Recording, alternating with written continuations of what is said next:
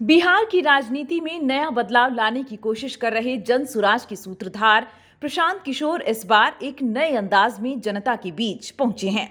जन सुराज उद्घोष यात्रा के तहत प्रशांत किशोर मुजफ्फरपुर के सहीला हथौड़ी हाई स्कूल मैदान में पहुंचे, जहां उन्होंने एक विशाल जनसभा को संबोधित किया। उन्होंने जनता से अपील की कि इस बार वोट किसी नेता के लिए नहीं बल्कि अपने बच्चों के भविष्य के लिए दें। प्रशांत किशोर ने कहा, नेता के लिए नहीं, एक बार अपने बेटे के लिए वोट देना है, तभी इन नेताओं से पूरा हिसाब होगा। उन्होंने सीधे सीधे पीएम मोदी पर निशाना साधते हुए कहा कि जनता से वोट लिया जाता है लेकिन फैक्ट्री कहीं और लगती है। बिहार के लोगों को रोजगार देने के बजाय फैक्ट्रियां गुजरात में लगाई जाती हैं। वोट आप लोगों का है तो फैक्ट्री कहां लगनी चाहिए, गुजरात में या बिहार में? प्रशांत किशोर ने कहा कि अब समय आ गया है कि बिहार के लोग अपने बच्चों के भविष्य के लिए वोट करें, न कि किसी नेता के नाम पर। अगर पीएम मोदी आकर कहेंगे सब लोग नीतीश कुमार को वोट दे दें, तो आप वोट दे दीजिएगा। प्रशांत किशोर ने नीतीश कुमार पर भी जमकर हमला बोला और कहा कि उनके शासनकाल में बिहार की स्थिति और भी बदतर हो चुकी है। आज बिहार की स्थिति लालू यादव के जंगल राज से भी ज्यादा खराब हो चुकी है।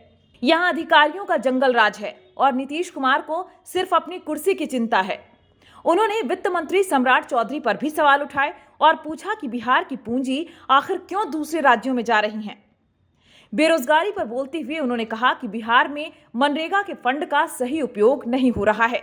यहाँ 80% लोग 100 रुपए तक रोज नहीं कमा पाते और बिहार की प्रति व्यक्ति आय महज 34,000 रुपए है।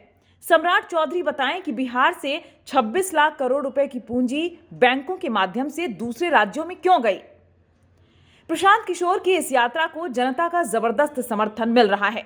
जनसभा में हजारों लोग पहुंचे और प्रशांत किशोर की बातें सुनकर सहमति जताई। अब देखना होगा कि प्रशांत किशोर की यह मुहिम बिहार की राजनीति में कितना बदलाव ला पाती है। आपके हमारे बच्चे गुजरात में जाकर नौकरी मजदूरी कर रहे हैं कि नहीं कर रहे हैं? तो कौन बात पर आप लोग वोट दिए हैं जो आप लोग को नहीं मिला? अभी तो आप लोग बोले भैया कुछ नहीं मिला, हम गिनवा रहे तो कह रहे ना भैया लजवा मिलिए रहा है। अयोध्या में मंदिर बनिए गया, सिलेंडर बट गया, बिजली आ गई, गुजरात में जाके बाल बच्चा मजदूर बन गया। यही बताने आए हैं। बोइएगा बबू तो आम कहां से खाइएगा? वोट दोगे 5 किलो अनाज के लिए तो आपके बच्चों को रोजगार कैसे मिलेगा? वोट दोगे मंदिर मस्जिद बनाने के लिए तो आपके गांव प्रखंड में फैक्ट्री कैसे लगेगा? वोट दोगे जाति के नाम पर तो आपके बच्चों के लिए पढ़ाई कैसे होगा?